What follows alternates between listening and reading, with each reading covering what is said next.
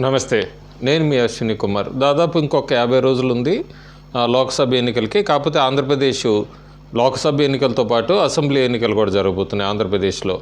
పార్టీలన్నీ కూడా హోరాహోరీగా పోరాడుతున్నాయి. ఎందుకంటే ఏ పార్టీ ఓడిపోయినా కూడా 24 తర్వాత ఆ పార్టీ భవిష్యత్తు ప్రశ్నార్థకమే అన్నట్టుంది ఆంధ్రప్రదేశ్లో ప్రస్తుతం జరుగుతున్న పరిస్థితులు బట్టి. ఒక పక్క అధికార పార్టీ ప్రతిపక్ష నాయకుడు ముఖ్యమంత్రిగా పనిచేసిన చంద్రబాబు నాయుడు మీద కేసులతో ఉక్కిరిబిక్కిరి చేసింది మొన్నటిదాకా.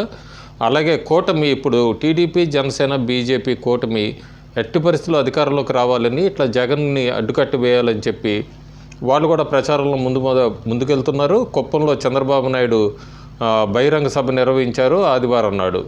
పవన్ కళ్యాణ్ జనసేన అధినేత కూడా పిఠాపురం నుంచి ఆయన యాత్ర మొదలు పెట్టబోతున్నారు.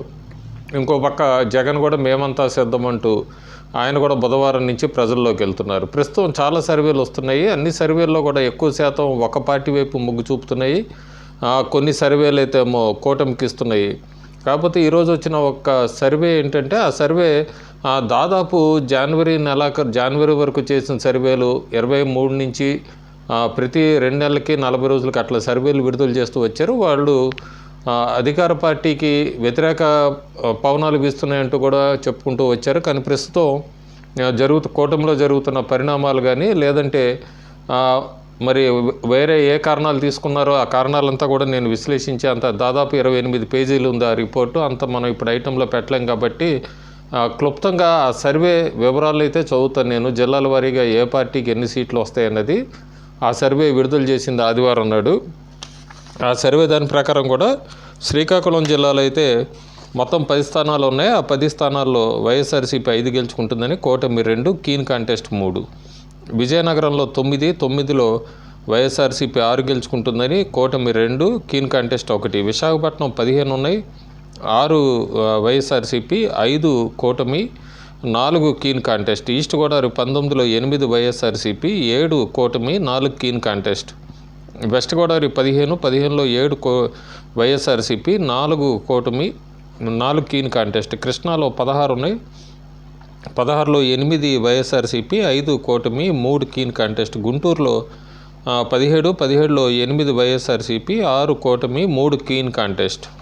ప్రకాశంలో 12లో 6 వైఎస్ఆర్సీపీ, 5 కూటమి, 1 కీన్ కాంటెస్ట్. నెల్లూరులో 10లో 4 వైఎస్ఆర్సీపీ, 3 కూటమి, 3 కీన్ కాంటెస్ట్. కడపలో 10లో 8 వైఎస్ఆర్సీపీ, 1 జనసేన కూటమి, టీడీపీ కూటమికి 1 కీన్ కాంటెస్ట్. కర్నూలు 14లో 10 వైఎస్ఆర్సీపీ గెలుస్తుందని, 3 కూటమి, 1 కీన్ కాంటెస్ట్. అనంతపురం 14లో 7 వైఎస్ఆర్సీపీ, 4 ఎలియన్స్, 3 కీన్ కాంటెస్ట్. చిత్తూరులో 14లో 10 YSRCP, 3 TDP alliance, 1 keen contest అని వీళ్ళు ఉమ్మడి జిల్లాలకు ఇచ్చారు. అయితే ఇక్కడ చూస్తే మనం వీళ్ళు ఇచ్చిన సర్వే ప్రకారం 2 ఇంపార్టెంట్ కనబడుతుంది. ఒకటి, రాయలసీమలో ఇప్పటికీ కూడా జగన్ వైఎస్ఆర్సీపీ వైపు ఎక్కువ ఓటర్లు మొగ్గు చూపుతున్నారు. దాదాపు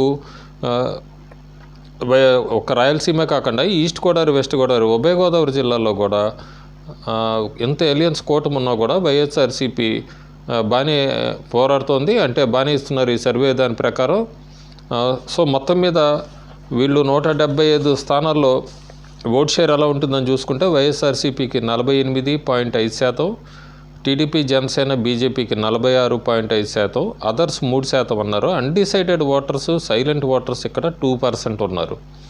వీళ్ళు ఇచ్చిన సర్వేలో కూడా 48.5% వైఎస్ఆర్సీపీకి, ఎలియన్స్కి 46.5%, అంటే డిఫరెన్స్ 2% ఉంది. అందులో అన్డిసైడెడ్ ఓటర్స్ కూడా 2% ఉన్నారు. ఇది కూడా చాలా క్రూషియల్ ఫ్యాక్టర్. రేపు పొద్దున వీళ్ళు ఎటువైపు స్వింగ్ అవుతారనే దాన్ని బట్టి కూడా ఫలితాలు అటు ఇటు అయ్యేట్టున్నాయి. అట్లాగే మొత్తం 175 స్థానాల్లో టీడీపీ, జనసేన, బీజేపీకి 50 స్థానాలు ఇస్తున్నారు. వైఎస్ఆర్సీపీకి 93 ఇస్తున్నారు. కీన్ కాంటెస్ట్ 32 ఇస్తున్నారు. ఆ కీన్ కాంటెస్ట్ 32లో కూడా టీడీపీ 19 లీడింగు, వైఎస్ఆర్సీపీ 13లో లీడింగ్. ఈ కీన్ కాంటెస్ట్ 32. సో ఓవరాల్గా చూసుకుంటే కనుక టీడీపీ, జనసేన కూటమికి 50 నుంచి 69 ఇస్తున్నారు. వైఎస్ఆర్సీపీకి 93 నుంచి 106 ఇస్తున్నారు. ఇది సర్వే చేసింది ఆత్మసాక్షి గ్రూప్ అని మూర్తి గారు, ఆయన టీం, ఐపీఎస్ఎస్ టీం అని చెప్పి వీళ్ళు సర్వే చేశారు. అయితే ఇక్కడ ఇంకొక ఇంపార్టెంట్ కూడా ఏమి ఇచ్చారంటే ఎర్రర్ శాతం 0.5% ఉంటుంది దీనిలో అంటున్నారు. సో ఒకవేళ ఎర్రర్ శాతం తీసుకున్నా కూడా మనం దాదాపు మళ్ళీ వైఎస్ఆర్సీపీ అధికారంలోకి వస్తుందని చెప్పి వీళ్ళు మార్చి 23వ తారీఖు నాడు రిలీజ్ చేసిన సర్వే ఫలితాలు బట్టి తెలుస్తుంది మనకి. చూడాలి, ఇంకా 50 రోజుల సమయం ఉంది.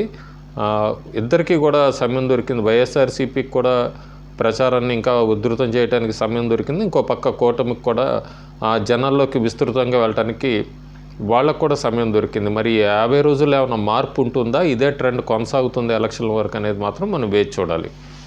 Thank you.